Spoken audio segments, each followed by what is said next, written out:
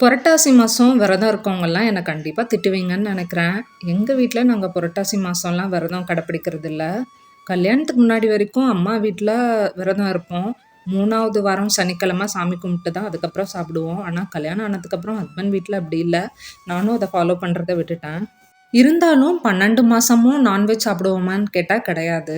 தைப்பூசம் வர்ற அந்த தைப்பூசம் வர்ற வரைக்கும் சாப்பிட மாட்டோம். அதுக்கப்புறம் மார்கழி மந்த் ஃபுல்லாகவும் சாப்பிட மாட்டோம். நேத்து ஏதோ பிரியாணி சாப்பிடணும் போலவே இருந்தது. பாப்பாவும் பிரியாணி கேட்டுட்டே இருந்தா. இஞ்சி பூண்டு பேஸ்ட் இருந்தாவே பிரியாணி சமைக்கிறது ரொம்ப ஈஸியான வேலை மாரி தான் எனக்கு தெரியும். அதனால பிரியாணியே செஞ்சுட்டேன். முன்னெல்லாம் பிரியாணி செய்றதா இருந்தா மட்டன்ல செய்வேன். சிக்கன் பிரியாணி வேணும்னா நாட்டுக்கோழியில மட்டும் தான் செஞ்சுட்ருந்தோம். இப்ப தான் YouTubeல எல்லா பக்கமும் எல்லா டாக்டர்ஸும் பிராய்லர் கோழிலாம் அவ்வளோ ஒண்ணும் கெடுதல் இல்ல. அந்த கோழி வளர்றதுக்கு அவ்வளோ நாள் தான் தேவைப்படுதுன்னு சொல்றாங்க. ஸோ இன்னைக்கு பிரியாணி பிராய்லர் கோழியில தான் செஞ்சிருந்தோம். சைட் டிஷ்ஷா கபாப், பாயில்ட் எக், ஆனியன் ரைத்தாலாம் வச்சு சாப்பிட்டாச்சு.